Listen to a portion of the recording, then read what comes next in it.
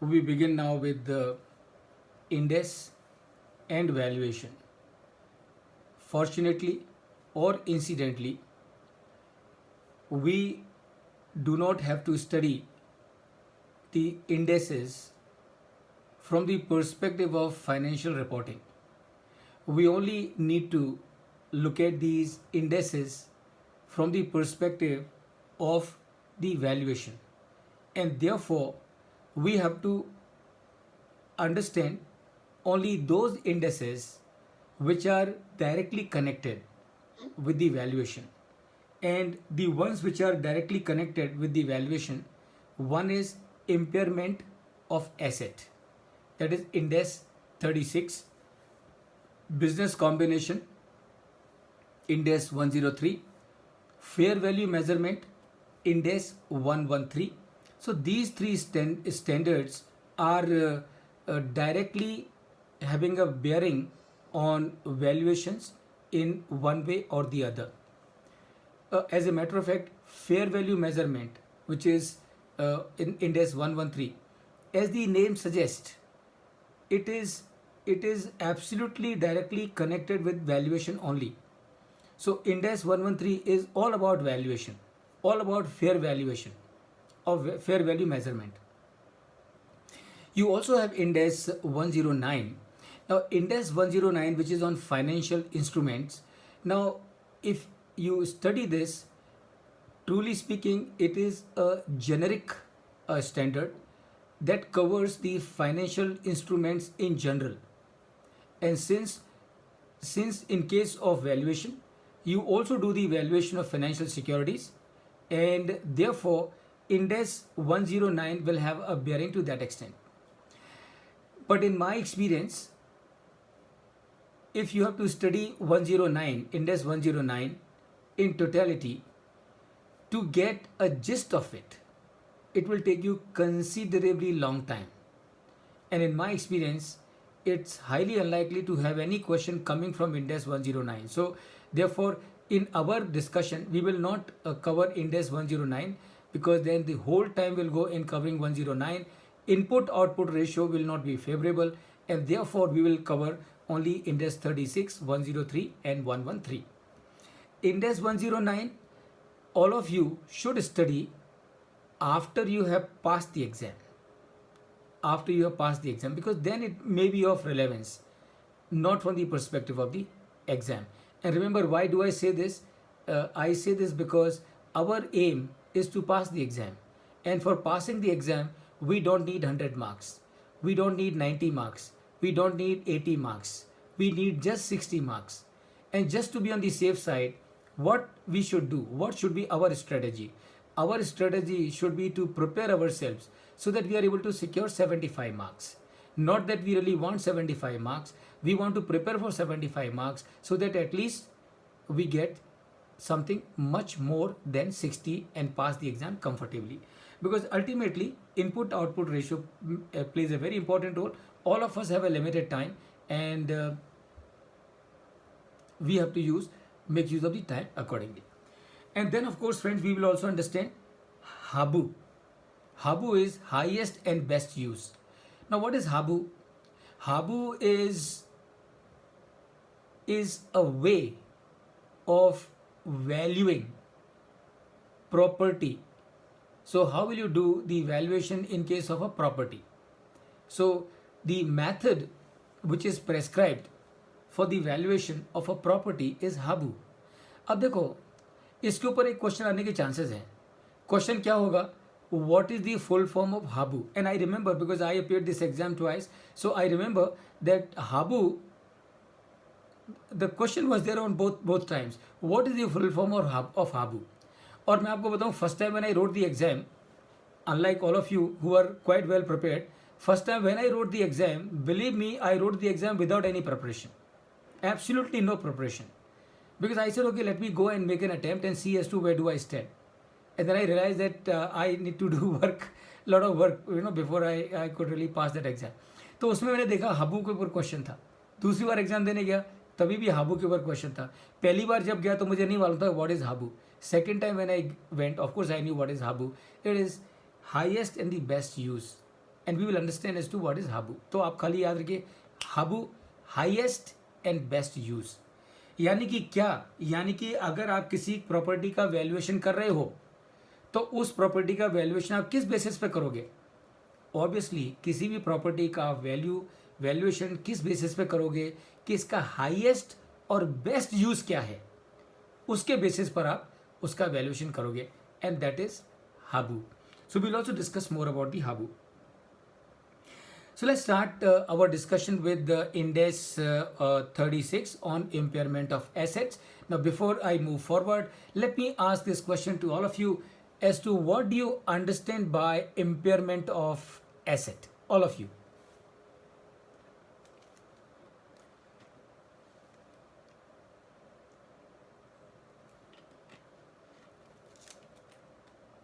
Anyone?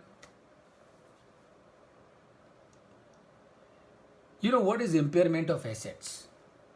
If we have to understand impairment of asset, and remember this knowledge that we are getting about Ind AS 36 is not only relevant for us in valuation, it is also going to be relevant for all of us in case of the financial reporting also. So what is impairment? And what is the objective of Ind AS 36? That is what we need to understand. You have a plant and machinery. You have a plant and machinery, and the carrying amount of this plant and machinery in your books is 100 crore. Is 100 crore.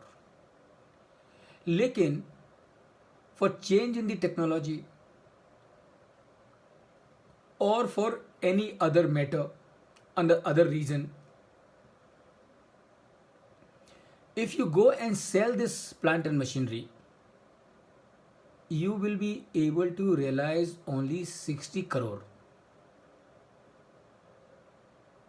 And by use of this plant and machinery, maximum that you will earn in terms of present value is 70 crore. ये जो plant and machinery है, अगर आप इसको पूरी life इसकी जो है उसमें इसको यूज करें to generate income, present value of that income is 70 crore. Please pay attention. What is the situation? Situation is carrying amount in the balance sheet is 100 crore. A realizable amount if you sell of the asset today 60 crores.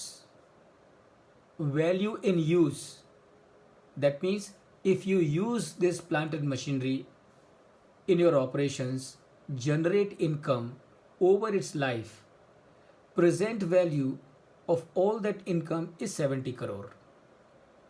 My question to all of you, is it correct to show this asset in the balance sheet in this situation at 100 crore? Your answer? No. No? Okay. So if it is no, then at what amount this asset should be shown in the balance sheet? 70 crore because present value is 70 if we sell today. Correct. 70 crore. Puneet, perfect. Perfect. So what is impairment? And please pay attention. Between book value and Impairment is when the carrying amount of an asset is more than higher of realizable value or value in use, there is an impairment. यानी कि जब कोई asset की carrying amount उसकी realisable value और उसकी value in use दोनों में से जो भी ज़्यादा हो उससे ज़्यादा है, that means there is an impairment. तो यहाँ पर क्या है, कैरिंग अमाउंट 100 करोड़ का है और इस एसेट को अगर सेल करने के लिए जाओगे तो 60 करोड़ मिलेगा. एसेट को यूज़ करोगे तो 70 crore मिलेगा. So what is the maximum that you can get out of this asset? It is 70 crore. 70 crore. So that means Ind AS 36 says don't show this asset in the balance sheet at 100 crore. Show this asset in the balance sheet at 70 crore. And the difference of 30 crore, take it to P&L and debit it as impairment cost. That is, friends, is your impairment. Do you follow this, Ankur? Yes, sir. Yes, sir. Clearly? 30 crore को हम P&L में ले जाएंगे sir. 30 crore को आप P&L में लेके जाओगे. And we will show it as an impairment cost. That you will show as an impairment cost. That you will show as an impairment cost. Okay, so that is your number one. So when does impairment occurs? I think it's clear. What is the carrying amount?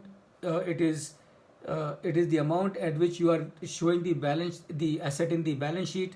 So you can call it carrying amount. You can call it book value of asset. You can call it WDV. You can call it depreciated value. All of them mean the same thing. What is realizable value? Very clear. अगर इस asset को आप आज market में बेचते हो तो market में बेच के जो आपको पैसा मिलेगा और उसमें से जो एसेट को बेचने के लिए खर्चा किया वो माइनस करने के बाद जो आपके हाथ में बचा, that is your realisable value और net realisable value, NRV, net realisable value. Value in use, अगर आप इस एसेट को यूज़ करते हो और इनकम जनरेट करते हो ओवर इस लाइफ, उस इनकम की प्रेजेंट वैल्यू क्या है, that is value in use. Ankur, do you get this? Yes, sir.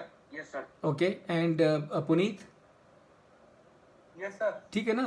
देखो, किसी एसेट की वैल्यू इन यूज का मतलब क्या है? वैल्यू इन यूज का मतलब वेरी सिंपल, इस एसेट को यूज करके मुझे कितनी वैल्यू मिलेगी, that is value in use. यानी कि अगर ये जो एसेट है मेरे पास, अगर मैं इसको इस्तेमाल करता हूँ इन माय बिजनेस और इससे इनकम जनरेट करता हूँ, प्रॉफिट जनरेट करता हूँ, कैश जनरेट करता हूँ और समझो ये 10 साल तक चलेगी एसेट. सो 10 साल में जो कैश जनरेट करूँगा उसकी प्रेजेंट वैल्यू कितनी हो रही है टोटल मिला के, that is value in use. यानी कि इस एसेट को यूज़ करके मुझे इतनी वैल्यू मिल रही है, that is value in use. How to determine carrying amount? वो बैलेंस शीट में दिया हुआ है. Realisable value you will have to find out कि अगर इसको बेचने के लिए जाएंगे तो कितना पैसा मिलेगा. Value in use, how will you find out the value in use? By using the discounted cash flow, by using the discounted cash flow. So this is friends the index 36 is all about. Index 36 का objective क्या है ये और finally समझ के लीजिए, सुन के लीजिए. इंडेक्स 36 का ऑब्जेक्टिव ये है that the balance sheet of the entity should reflect the fair value of the assets and liabilities. That is the objective not only of Index 36, it is the objective of all the 39 indices which are in force today in our country.